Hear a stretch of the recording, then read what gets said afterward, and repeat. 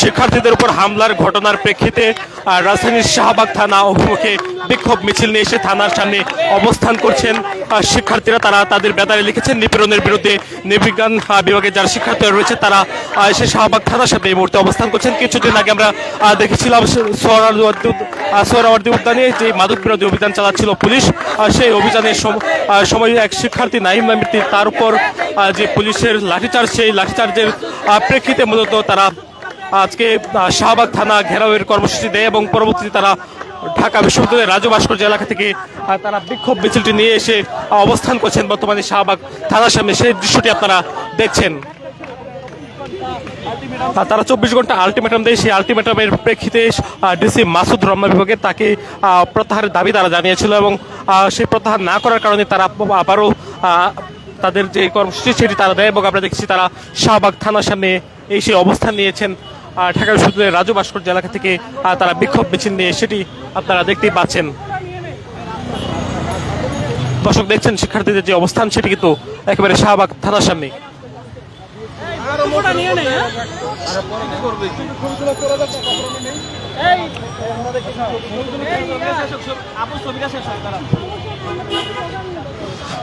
শাহবাগ থানার সামনে অবস্থান নিয়েছেন নিপীড়ন বিরোধী শিক্ষার্থীরা। তারা রাজু ভাস্কর্য এলাকা থেকে বিক্ষোভ মিছিল নিয়ে আসেন এবং বিক্ষোভ মিছিল নিয়ে এসে তারা অবস্থান নিয়েছেন শাহবাগ থানার যে ফটকটি রয়েছে সেই ফটকের সামনে।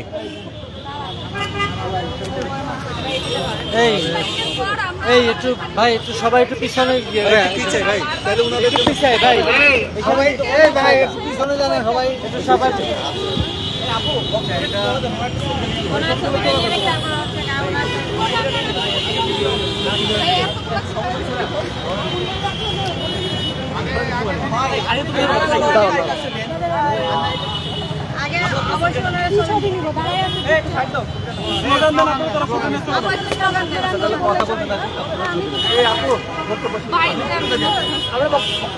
আরেকজন ব্যানারটা ধরেন, উনি তো ব্যানার ধরতে পারবেন। আপনি ব্যানারটা ধরে। হ্যাঁ হ্যালো, আমি ওই সাইড থেকে ধরতেছি ভাই, অনেকগুলো। 24 তারিখের পর আমরা আবারও এখানে উপস্থিত হয়েছি একটা দাবি নিয়ে। 24 তারিখ আমরা বারবার অভিযোগ করতে চাইলেও শাহবাগ থানা থেকে আমাদের বলা হয়েছে যে আমাদের মৌখিক অভিযোগ তারা নিবে না, কিন্তু মৌখিক অভিযোগ নেওয়ার নিয়ম আছে। আমরা যখন কেস করি, আমরা যখন এফআইআর করি, তখন আমরা থানায় এসে মৌখিকভাবে আমার অভিযোগটা জানাই। থানার যে ওসি, থানার কর্মকর্তারা সেটা লিখে নেন এবং ওসি সেটাতে সিল দেন। 24 তারিখ আমাদের অভিযোগটা নেওয়া হয়নি, এই জন্য আমরা আবার এখানে এসেছি। দ্বিতীয় কথা, 24 তারিখ যখন আমাদের তাদের সাথে কথা হয়, তারা বলেন যে তারাও তদন্ত কমিটি গঠন করেছেন এবং সেই তদন্ত কমিটি তদন্ত করছে, 4 জন পুলিশ অফিসারের বিরুদ্ধে অভিযোগ আছে। এবং আমরা তখন বলে যাই কমিটির নিরপেক্ষতার স্বার্থে অবশ্যই এডিসি মাসুদকে অপসারণ করে তারপর তদন্ত আগাইতে হবে। 24 ঘন্টা পার হয়ে গেলেও দেখা গেছে যে এডিসি মাসুদকে অপসারণ করা হয় নাই। কাজেই এই জন্য আমরা আবার আজকে শাহবাগ থানার সামনে বিক্ষোভ মিছিল নিয়ে এসেছি। কেন আসলে মাসুদকে অপসারণ করা হয় নাই? তিনি সরাসরি এখানে দায়িত্বরত কর্মকর্তা ছিলেন, তার নির্দেশে হামলার ঘটনাটা ঘটেছে। তাকে এই পদে বহাল রেখে তো আসলে তদন্ত বা সুষ্ঠু বিচার হতে পারে না। এই জন্য শাহবাগ থানায় আমাদের আবারও আজকে আসা। আমরা এখন থানার ভিতরে যাব, আমরা কথা বলবো এবং আমরা ফর্মালি একটা এফআইআর দায়ের করে আসব এবং তাদের যে ইন্টারনাল তদন্ত, এটার কি রিপোর্ট যতটুকু তারা আমাদেরকে জানাতে পারবেন সেটাও আমরা নিয়ে আসবো। পাশাপাশি প্রশ্ন রাখবো কেন আসলে এখনো এডিসি মাসুদকে তার পদ থেকে অপসারণ করা হয় নাই। ধন্যবাদ।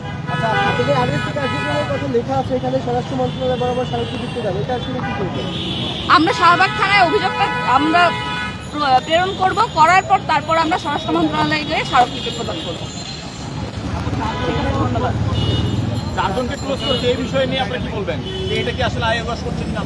এটা অবশ্যই ক্লোজ করাটা আসলে একজন ছাত্রকে ক্যাম্পাসের ভিতরে পিটানোর জন্য ক্লোজ করাটা যথেষ্ট শাস্তি না। এবং সবচেয়ে বড় কথা, যাদেরকে ক্লোজ করা হয়েছে তারা কনস্টেবল, তারা কারো না কারো নির্দেশে কাজটা করেছে, তাদের দায়িত্বপ্রাপ্ত একজন কর্মকর্তা ছিল। সরাসরি সে যদি প্রত্যক্ষভাবে নির্দেশ নাও দিয়ে থাকে, সে কেন তার কনস্টেবলদেরকে কন্ট্রোল করতে পারলো না, এই দায়েও তাকে অপসারণ করা প্রয়োজন। এবং ডিসি মাসুদের কিন্তু এটা তার প্রথমবার না, এর আগেও বিভিন্ন গণতান্ত্রিক সমাবেশে, মিছিল মিটিংয়ে সে ছাত্রদের গায়ের উপর হাত তুলছে, তার সরাসরি নির্দেশে ছাত্রদের উপর হামলা করা হয়েছে। 6 তারিখ এই থানার সামনে একজন শিক্ষার্থীকে পেটানো হয়েছে, সে জিডি করতে আসছিল কিন্তু তারপরে এখানে তাকে মারা হয়। অর্থাৎ মাসুদের বিরুদ্ধে এতগুলা অভিযোগ থাকার পরও তার বিরুদ্ধে কোনো অ্যাকশন নেওয়া যাচ্ছে না, সে কতটা ক্ষমতাবান আসলে, এই প্রশ্নটা করতে এবং কেন তার বিরুদ্ধে অ্যাকশন নেওয়া হচ্ছে না এটা জানার জন্য মূলত আমাদের আজকে এখানে আসা।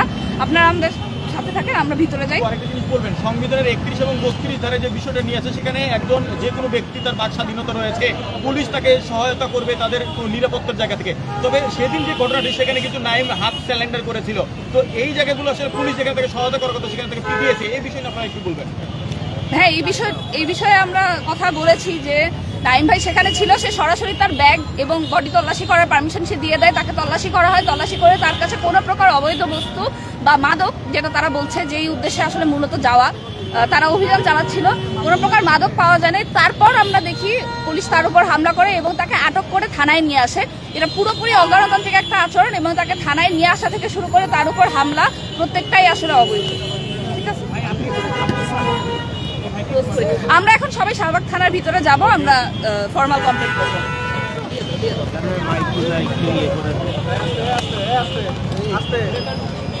দর্শক দেখতে পাচ্ছেন ইতিমধ্যে কিন্তু যারা ক্যাম্পাস টাইম স্টার্ট।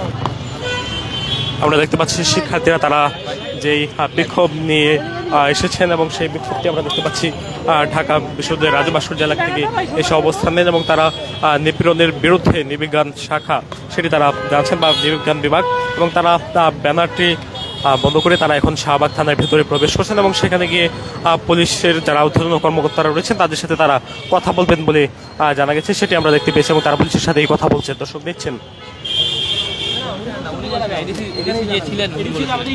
উনি জানাবেন যে অ্যাকচুয়ালি আমরা এফআইআর দাখিল করবো, কোথায় করবো? এখানে তো অবশ্যই এফআইআর দাখিল করা যাবে, তাই না? প্রাইম মিনিস্টার আসলেও তো প্রাইম মিনিস্টার আসলে তো মানুষজন তো বিপদে পড়বে, তাই না? এখানে তো আপনাদের ঠিক সিকিউরিটি আছে, আপনার তো দায়িত্ব আছে, তাই না?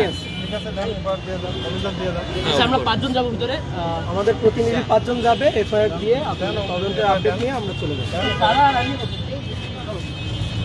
আমরা 5 জন যাব, চলে যাব।